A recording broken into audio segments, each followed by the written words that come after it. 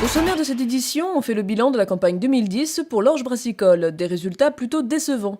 Quelles sont les tendances de consommation de bière pour l'année qui vient de s'achever? Les brasseurs et malteurs vous répondent. Enfin, qu'en est-il du mécanisme du marché à terme mis en place l'année dernière pour l'orge brassicole?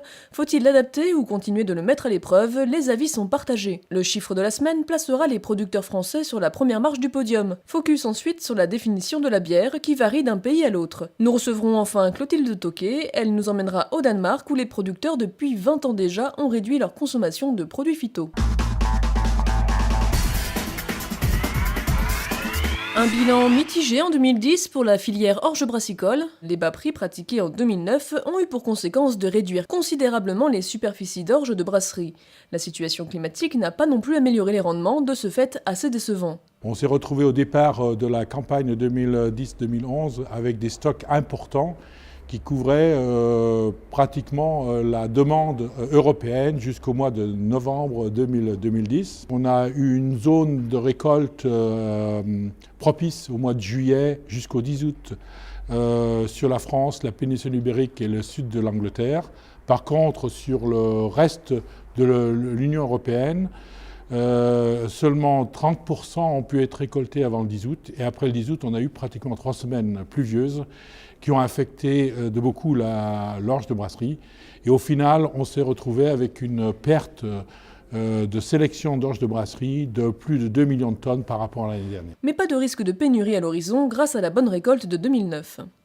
Le 3 février dernier, Arvalis, Institut du végétal, organisait son colloque Perspective Orge Brassicole 2011, l'occasion de prendre le pouls de la filière et d'analyser la précédente campagne. Les intervenants ont ainsi pu présenter les grandes tendances de consommation de la bière dans le monde pour cette année 2010. Le versement, c'est-à-dire le nombre de kilos de malt par hectolitre en moyenne, et là on raisonne en moyenne sur le monde, a quand même baissé de pratiquement 10% ces 5 dernières années. C'est pour des raisons économiques d'un côté et pour des raisons d'évolution de type de consommation. Sous les tropiques, par exemple, on boit des bières glacées, conserves glacées à 0 degré, qui sont à 3-4% d'alcool, qui automatiquement ont besoin de moins de sucre, donc de céréales dedans, que les bières d'abbaye qui sont à 7, 8 ou autres. Effectivement, on sent qu'il y a un mouvement plutôt d'augmentation de la consommation dans la bière dans les pays les moins qualitatifs, si je peux résumer ça comme ça, et plutôt une baisse dans les pays qualitatifs. Par contre, là, ce qui me rassure, c'est que le qualitatif devient encore plus qualitatif dans les pays où ça baisse, donc il peut y avoir un rééquilibrage. Autre constat des brasseurs, les consommateurs semblent apprécier le caractère authentique de leur bière, comme celle d'abbaye, dont on connaît l'origine et les racines. On s'aperçoit que, bien entendu, la bière classique a baissé, donc probablement qu'elle a souffert de cette conjoncture économique, et en particulier dans les cafés, mais que les bières de spécialité ont continué à augmenter. Si vous voulez, aujourd'hui, je ne bois plus n'importe quoi. Il faut que je sois sûr de la qualité sanitaire, mais derrière, je veux savoir ce que c'est et je veux savoir d'où ça vient. Le lundi 10 mai 2010 marquait l'ouverture du nouveau marché à terme sur l'orge de brasserie. Quel bilan peut-on tirer de ce nouvel outil censé aider les agriculteurs et les acteurs de la filière? Un résultat plutôt mitigé. Aujourd'hui, on voit que le marché fonctionne pas bien, ou pas du tout, avec quelques centaines de lots en position ouverte. On ne peut pas dire que c'est un marché qui a un succès. La responsabilité de ce semi-échec incomberait peut-être, selon Jean-Claude Girard, directeur général d'Interbro, aux malteurs et aux brasseurs qui ont boudé le marché en oubliant d'indexer une partie de leurs contrats relationnels, les LTA, autrement dit Long Term Agreement. Et alors que dans les réunions préparatoires, ils avaient pratiquement indiqué qu'ils seraient prêts à indexer 20 à 25% de ces contrats LTA. Et on s'aperçoit qu'aujourd'hui, ce contrat vivote. Nous sommes extrêmement frileux. D'abord parce que quand nos agriculteurs souhaitent s'arbitrer sur le futur, eh bien, on n'a pas toujours les clients à mettre en face. Donc, si on doit recourir au marché à terme, qui est une solution pratique et visible, eh bien, on prend un risque en lieu et place de notre agriculteur. Alors doit-on tout simplement abandonner ce marché à terme? Pour Alain Keckert, directeur des achats chez Malte Europe, il faudrait avant tout l'adapter. Quand je regarde le contrat à terme aujourd'hui, je crois que l'échéance la plus lointaine aujourd'hui, c'est août 2012, si je ne me trompe pas. Donc aujourd'hui, je ne peux pas arbitrer de récolte 2012. J'ai proposé quelque chose. Pourquoi est-ce que non que pas qu'une échéance sur 3 récoltes, par exemple? Novembre 2012, novembre 2013, novembre 2014. Ça permettrait à l'agriculteur d'arbitrer sa production sur 3 ans. Ça me permettrait d'arbitrer mes ventes de malt sur 3 ans. C'est un exemple. Je ne dis pas que ça marcherait, mais je pense que ça vaudrait le coup d'être soulevé. Je regarde en Australie, un marché que j'ai pratiqué pendant quelques années. Vous avez un marché fourragé, et ensuite vous avez des bases qualitatives avec des gradients qualitatifs. C'est une prime par rapport à un marché fourragé. Donc si vous êtes agriculteur, vous n'avez peut-être pas l'orge parfaite, mais vous savez qu'il y a un marché pour l'orge que vous produisez. J'insiste là-dessus parce que je pense qu'aujourd'hui, on est en train de réduire les surfaces de production.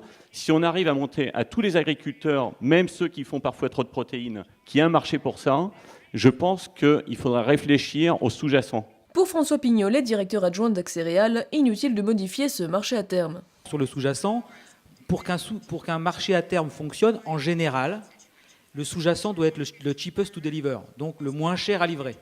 Donc plutôt dans les céréales, la céréale de moins bonne qualité. Donc on a réussi à avoir un consensus au niveau de l'équipe de travail sur le marché à terme des brasseries, mais globalement les OS et les producteurs étaient plutôt pour un sous-jacent bas.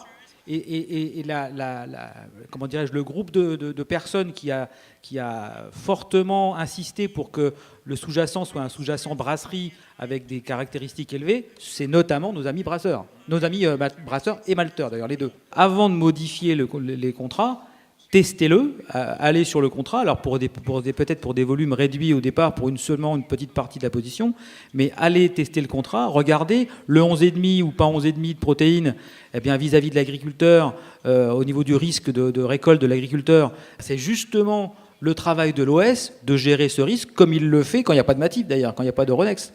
Donc on a un vrai rôle OS à adapter nos contrats entre l'agriculteur et le marché à terme. Tout le monde s'est exprimé à l'époque, c'est un consensus.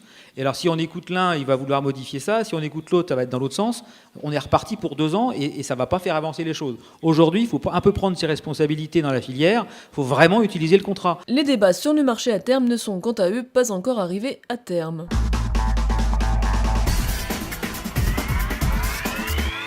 Les producteurs d'orge de brasserie français sont les premiers producteurs européens et les 2e exportateurs mondiaux. Donc vous voyez bien que c'est quelque chose d'étrange de voir un marché en France qui, si on le regarde sur le papier, serait détenu par des entreprises internationales, sur un marché français qui, par ailleurs, avec 20 millions d'hectolitres, ne pèse que 1% du marché mondial, puisque le marché mondial, c'est 1,8 milliard. Une situation paradoxale qui s'explique, selon Gérard Laloy, président des Brasseurs de France, par les performances de la filière orge brassicole française. Elle produirait ainsi des orges de qualité, avec un risque sanitaire mesuré et des rendements conséquents.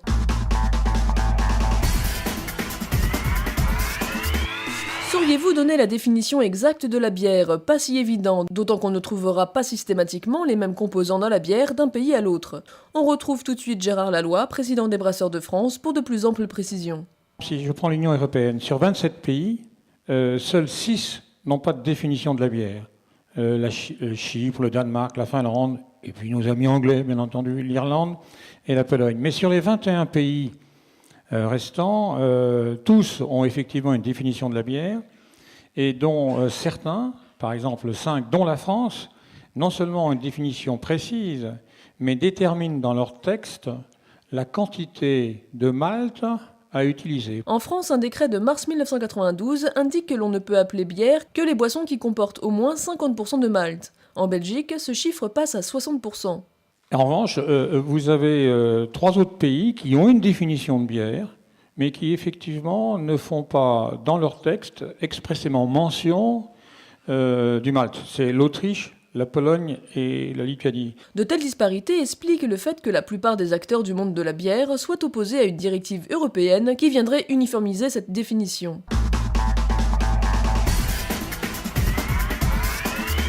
Les mesures environnementales françaises qui se mettent en place aujourd'hui dans le cadre du Grenelle de l'environnement et pour répondre aux directives européennes se sont largement inspirées de l'exemple du Danemark où elles sont appliquées depuis déjà 20 ans. Les plans environnementaux concernent d'un côté l'utilisation des fertilisants et l'objectif c'est de baisser les risques de lessivage de l'azote et du phosphore de 50%. Et d'autres plans, eux, visent plus à réduire de 50% l'usage des produits phytosanitaires. Ces plans ont plutôt fonctionné puisqu'au niveau national, on a vraiment une baisse significative des quantités d'azote lessivable. En termes d'IFT, le bilan est plus mitigé. Dans un premier temps, ils ont réussi à réduire l'usage des produits phytosanitaires sur les exploitations, ce qui a été essentiellement quand même impulsé par la mise en place de taxes assez importantes sur le prix des produits phytosanitaires et aussi par la réduction ou la non-réhomologation d'un certain nombre de matières actives.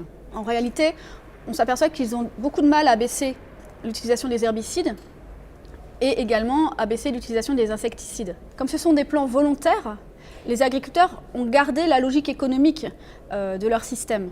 Plus d'herbicides, ça veut dire qu'ils ont continué à faire plus de cultures d'hiver parce que plus rémunératrices ou que ça leur permettait aussi de nourrir leurs animaux, les porcs entre autres. Ça leur permettait aussi de répondre à l'obligation de couvert hivernal. Ils sont passés sur des techniques en non-labour qui sont elles aussi, on le sait, un peu plus consommatrices ou un peu plus dépendantes aux phytos. Donc tout ça a certainement contribué au fait que les Aulnois soient un peu éloignés de leurs objectifs d'IFT.